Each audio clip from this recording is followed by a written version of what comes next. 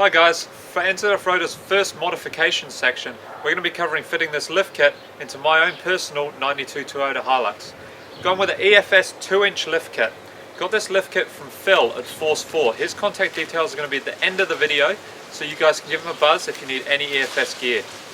Gone for the heavy duty fronts and standard duty rears with a 2-inch lift. Gone for the heavies in the front because I've got carrying a lot of extra weight in terms of the motor, the bull bar and the winch, etc., and it's all hanging over the front of the axle, so I don't really want the springs to sag or to be under too much strain.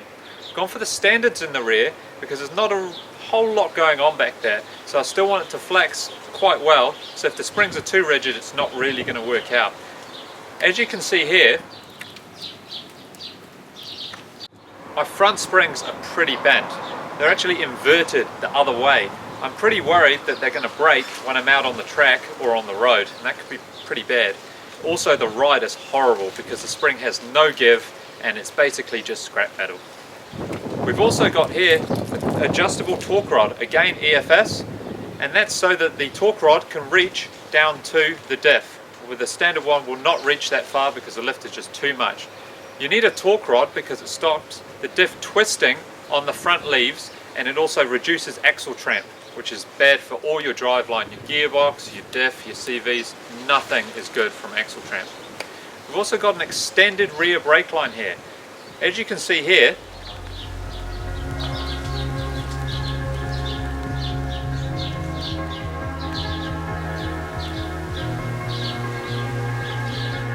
the standard brake line's getting pretty maxed out with the current setup I have, so I've gone for 150 mils extra on top of the standard brake line, so it should hopefully be enough to allow it to have plenty of flex and not max out the brake line when that wheel drops and raises under flex. We've also got all the bushes and associated stuff we're going to need to put the lift kit in. So we're going to shoot off to a mate's workshop now in Kumu and we're going to put it in. See you guys there.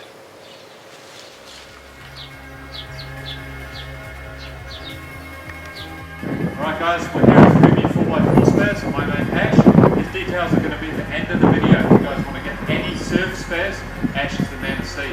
So we've got the truck here up on the hoist. I'm going to do the rears first, simply because that's the way I drove it in. There's not a whole lot to do with changing the rears springs. What you've got to really undo is the shackles, the U-bolts and the fronts. So we're going to get into it and do it now. Sweet. We're putting in these white line bushes in now with these new springs. They're pretty easy to install. Anyone who doesn't know how to do them, you know, it's not hard. All you need to do, you come with a little pre-pack of grease, just get it open. You do is you be generous with the grease, you know, don't be stingy. You've only got 4 to do with this whole packet. Pack the centre full of grease, pack the outside in grease, you know, smooth it around. Don't be afraid to get dirty, you know. Like your message, just get amongst it. Get the grease on there, and all you got to do, smash it in, make sure there's some in the centre for the shackle pin to go through. Done. Do it on both ends, all sorted. Alright, we've got the rear spring out here.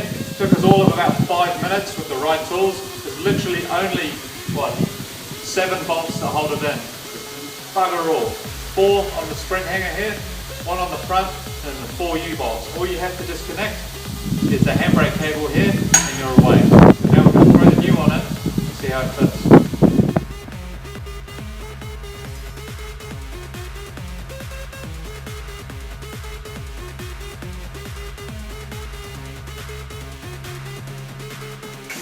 Alright guys, we've got both the back springs in. It's pretty easy, it took us all of about probably 45 minutes, including changing the brake line and relieving the brake. So this is the finished height that it's going to be at. We're going to turn the vehicle around now on the hoist. There's not much space at the front. We're going to get into the front. There's a little bit more involved on the front with all the steering and the torque rod and everything, but it's still a pretty basic job. We're going to turn it around and get into the other side. Right, as you can see guys, we've got the left-hand side in. The difference between the left-hand side new spring and the old sagged right spring is pretty massive. I'd give it an easy 3 inches. That's how much the front is sagged. And it's pretty much the same procedure as you did on the back. Same sort of 7 bolts. This side can be a little bit more tricky because you've got the steering arm to contend with and tries to push the diff around a little bit and you've got to line it up. So we'll get there too. So Maybe we're probably an hour and a half deep into this now. Give it another half an hour and we'll be driving out the door ready to go. Alright, as you guys can see, it's the next day. Last night we had issues. Factory steering rod, way too short, maybe 15 mils, and it was hitting on the leaf spring. So we had to do another mission this morning out to Phil at Force Sport. Again, his details are going to be at the end of the video. He's a legend. Hooks us up with this adjustable drop drag link. So now it's going to reach. We had too many bearsies last night, as you can tell by the carnage. There was a lot of effort, but we didn't really get anywhere. But today we're going to smash this in, and it'll be done very shortly.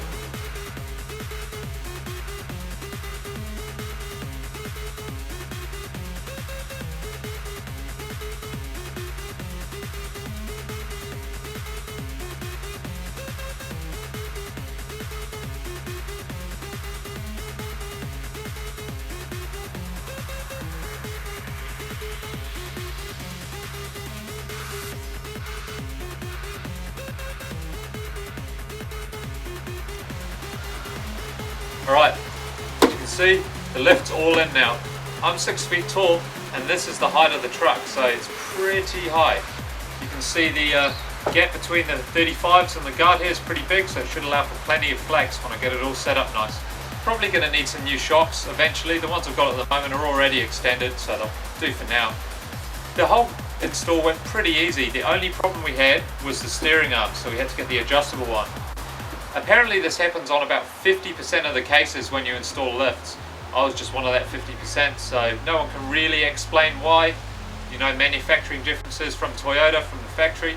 Some work, some don't. Mine didn't, so I had to get one. The ride quality now, I've had it in for a day and a half now, is so much better. It's value for money is just through the roof. Forget the lift, forget anything else, just for the ride quality alone, it was definitely worth doing. Don't have to worry about this. You know, the spring snapping or doing anything like that anymore. It's great, can't recommend it enough. So I'm going to get out on the track now and see how it handles off-road.